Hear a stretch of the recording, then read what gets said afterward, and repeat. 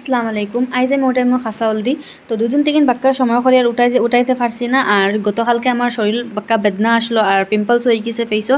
আমি ভাবছি দুইটা খাসা হলদি উঠাইলাই। আর খাসা হলদি খাইলে কিন্তু শরীরের লাগিন বহুত ভালো, রক্ত স্কিনের লাগিন ফেটর লাগিনও বহুত ভালো। আর খাসা হলদি যত পারো অত খাসা খাইও নিমখ দিয়া আর দুধের লগে খাইলে শরীরের বেদনাও কমে। তার বাদে আমি খাসা হলদি গুণ বা করলাম, বা করার বাদে বাক্কা মাটিও আসলো, মাটি গুণ থেকে স্মেলও করছে। এরপরে ওটা করতে করতে আমার গাছ একটা ভাঙে গেছে, তো গাছকে আমি আবার জায়গাত নিয়ে লাগাই রাখি দিছি। তারপর দেখুন তোরে সুন্দর করে দইলাম, মাটির মাঝে মাটি লাগাই আসলো, আবার খাসিও সুন্দর করে দইছি। তারপর দেখুন তোরে আমি সুন্দর করে চুলাইছি। চুলানির বাদে আমি গড় লইয়া গেছি, গড় লইয়া গিয়া টুকরা টুকরা করে গুণ তোরে বালা করে কাটিছে। কাটিয়া আদা আমি দুধের লাগে বানাইবার লাগিন রাখছি, আর আদা আমি স্কিনও লাগাইবার লাগিন রাখছি। তো দিওটা আমি বালা করে বানাই লিছি, আর ফাটাও বাক্কা বাড়ি আসলো।